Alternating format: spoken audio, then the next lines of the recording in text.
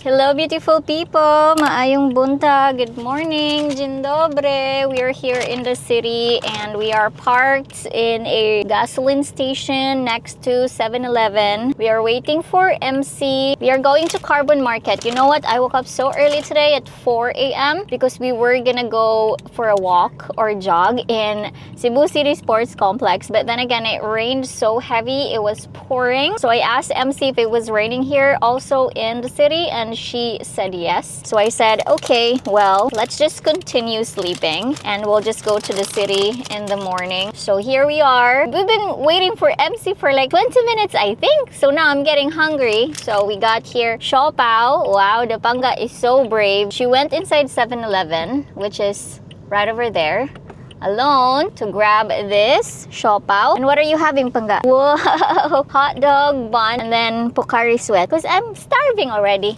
Bon appetit, much nego. Did you ask Kuya to get the siopao? Wow, very good, man.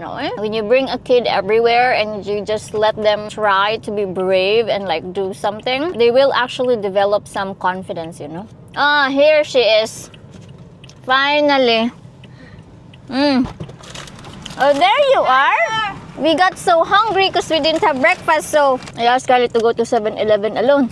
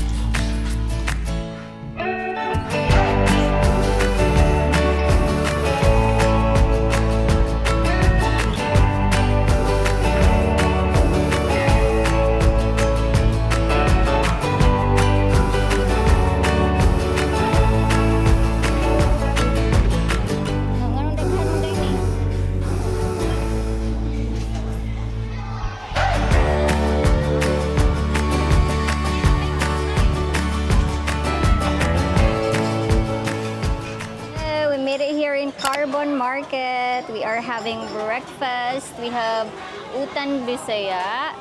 I have fish. MC is having pork chop. Panga is having fried chicken. You want some? Yes. Bon appetit. Much nego. Let's eat, guys. My gosh, what time is it already? Wait, 10? 1. No. Is it 10? It's 10 in the morning, no breakfast. Well, we had siopao. It's so nice here in Carbon, guys, because they're teaching the kids how to read and they have food for the kids as well. So we are dropping off Scarlett there.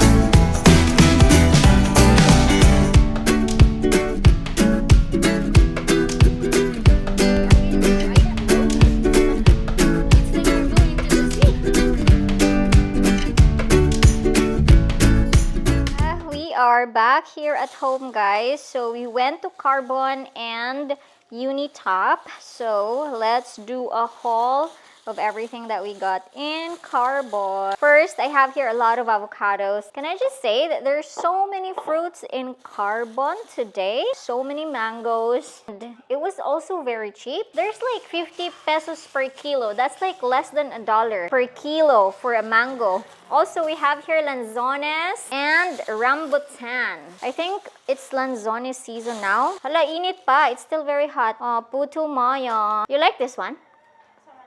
Puto? Buyak asked me this morning to grab some puto maya for him. We have here a lot of apples and lemon. I found dragon fruit. And then we have here tomatoes. And I found heirloom tomatoes, guys. Look, remember in Poland? And Robbie's garden, we will just pick this one up and eat directly. So surprised I found these, like they're pretty big. These are just vegetables. Ginger, a lot of carrots because I want to do the carrot chicken rice. We have onion, garlic, potato, jimnyaki, chili. Look, chili for 10 peso. That's a lot already.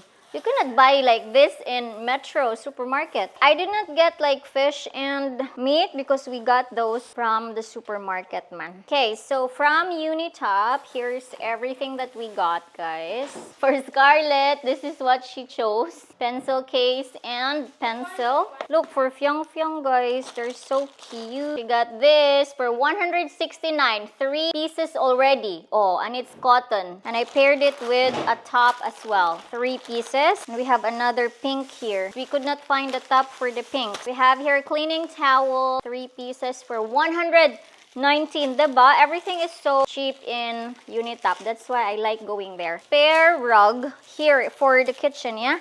And this one is so nice and thick. Nice, right? 300 pesos, guys. Pangga, this one for you, oh.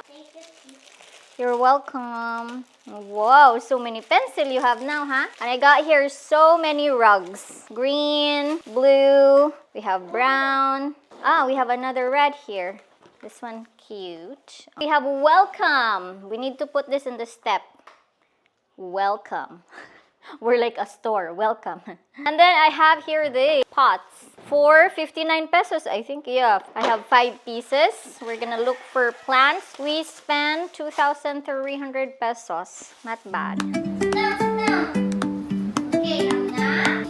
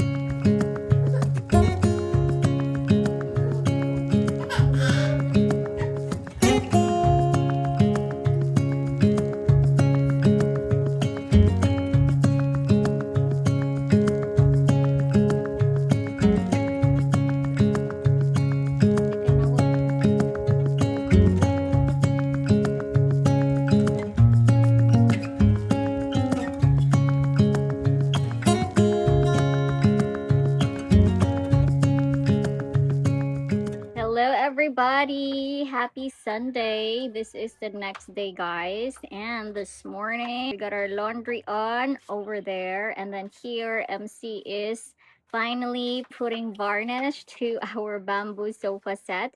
So, if you guys can recall, she actually did the table. And this is how it turned out. It's red. It's Beanie Mika. But I ended up not liking it, which a lot of you agreed, by the way. Look, guys, I just don't like how red it is. So I decided to change the color to natural. And we returned the bottle that was left, and the store accepted it, and they changed it to a natural varnish color. So now, as you guys can see over here, we have one chair that has been varnished with natural color. I absolutely prefer this than the red one. And then here we have the bigger one as well that has been varnished. So it just looks natural. It's bamboo. It's nice. I like it. Very nice, huh?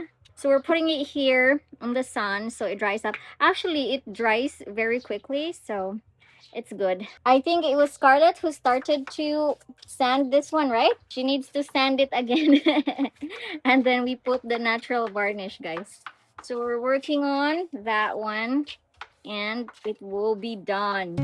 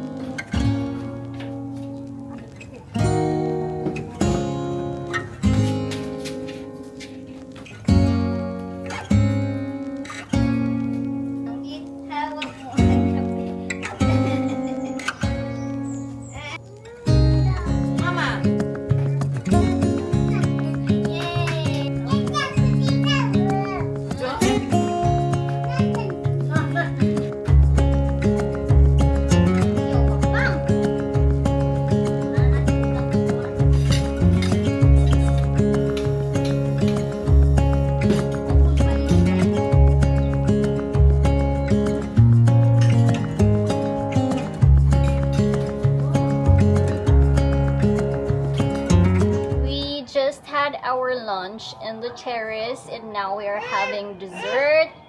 We got three 3-in-1 ice cream. Where is the pangga di ay? Whoa, here we are. This is our dessert, guys. It's very hard. The peng peng there, let's give it a peng peng. Oh guys, the peng peng will taste the ice cream now. Bugnaw. Yummy? Peng, yummy, Peng? Okay. Wow! Yummy? Pero malingo mo kuha deh.